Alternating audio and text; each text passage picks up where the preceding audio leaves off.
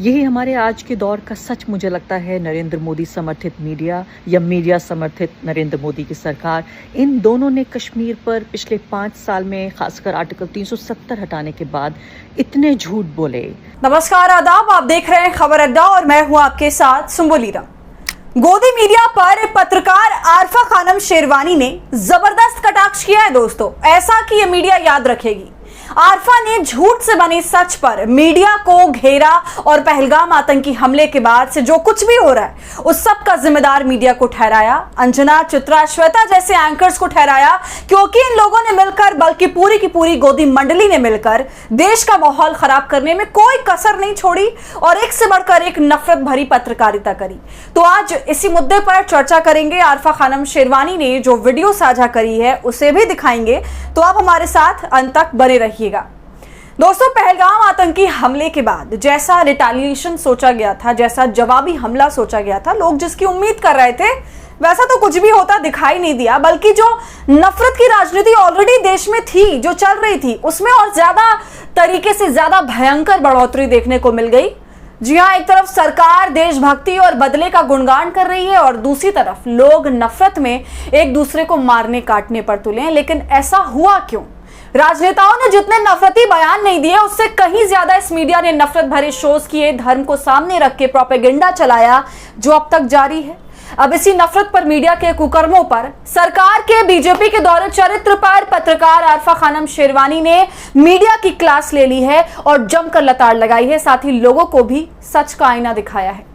आरफा कहती हैं कि पहलगाम हमले पर बराबर की जिम्मेदार दरबारी मीडिया है, क्योंकि वो सवाल नहीं पूछती और सरकार का बचाव करती है, सरकार के लिए एग्जिट का रास्ता तैयार करती है, उसे बेफिक्र बनाती है, साथ ही इस सब में जनता को भी गुमराह करती है कि सब कुछ चंगा है, लेकिन ऐसा होता नहीं है। और अब कश्मीर के मामले में भी मीडिया यही कर रही है और कई सालों से करती आ रही है। और इसी मुद्दे के साथ आरफा खानम शेरवानी ने एक जरूरी बात रखी, लोगों को याद दिलाया। देखिए, अपनी वीडियो के साथ आरफा ने यह भी लिखा है कि सोचा याद दिला दूं कि पहलगाम हमले के लिए बराबरी का जिम्मेदार वो दरबारी मीडिया भी है जिसने सरकार और जनता दोनों से झूठ बोला कि कश्मीर में हालात सामान्य हो गए हैं, सरकार को बेखबर किया व जनता को गुमराह। जब मेरे जैसे पत्रकारों ने सच दिखाने की कोशिश की तो उन्हें देशद्रोही बताया गया। सुनिए पहले वीडियो में आरफा क्या कुछ कह रही हैं। कभी कभी ऐसा होता है कि हम झूठ बोलते हैं और उस झूठ को इतनी बार बोलते हैं कि वो झूठ हमारा सच बन जाता है या उस झूठ में हम खुद विश्वास करने लगते हैं।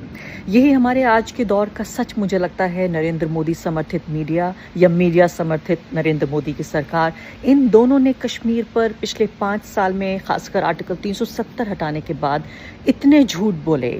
मोदी सरकार के झूठ को मीडिया ने प्रोपेगेट किया। जो मीडिया का जो झूठ था उस पर मोदी सरकार ने यकीन कर लिया कि ये जो पूरे हालात उभर कर आ रहे हैं, अगर इसमें सच्चाई से रिपोर्टिंग होती तो क्या होता।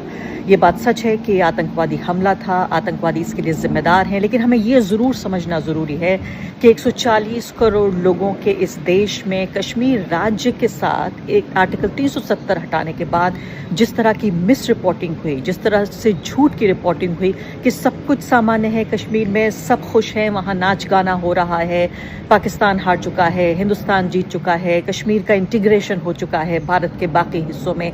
इस झूठ को जितना प्रोपेगेट किया गया कि इस झूठ पर मीडिया और नरेंद्र मोदी सरकार दोनों यकीन करने लगे और इसीलिए हमारी लापरवाही, बेपरवाही और एक तरह से हम एक सोते हुए पाए गए जब ये आतंकवादी हमला हुआ। अब आप देख रहे हैं कि किस तरह से इतने सारे टूरिस्ट डेस्टिनेशंस हैं जहां पर लाखों की तादाद में टूरिस्ट जा रहे थे, जो अब बताया जा रहा है कि सिक्योरिटी के हिसाब से वो सही नहीं है, वहां पे टूरिस्ट को नहीं जाना चाहिए।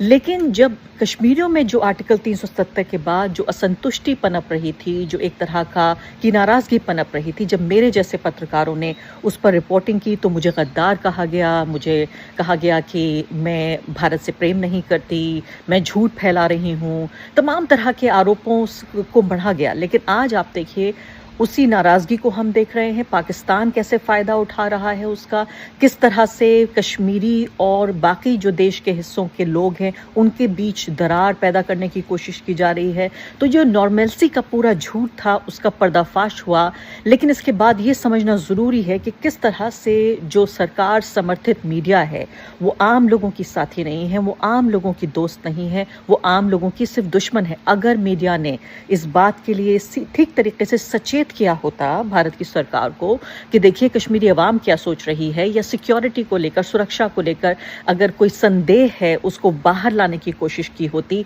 तो हमारे 26 जो निर्दोष भारत के नागरिक हैं जो खुशी मनाने गए थे, वहाँ छुट्टी मनाने गए थे, हो सकता है इस हादसे को हम किसी तरह रोक पाते, या कम से कम हम सोते हुए लापरवाह बेपरवाह नहीं पकड़े जाते, कम से कम थोड़े से कदम जरूर उठाते। तो सुना आपने दोस्तों, आरफा ने ये साफ कह दिया कि ये दरबारी मीडिया इतना झूठ बोलती है और बार बार उस झूठ को दोहराती है, फिर वही झूठ सच लगने लगता है।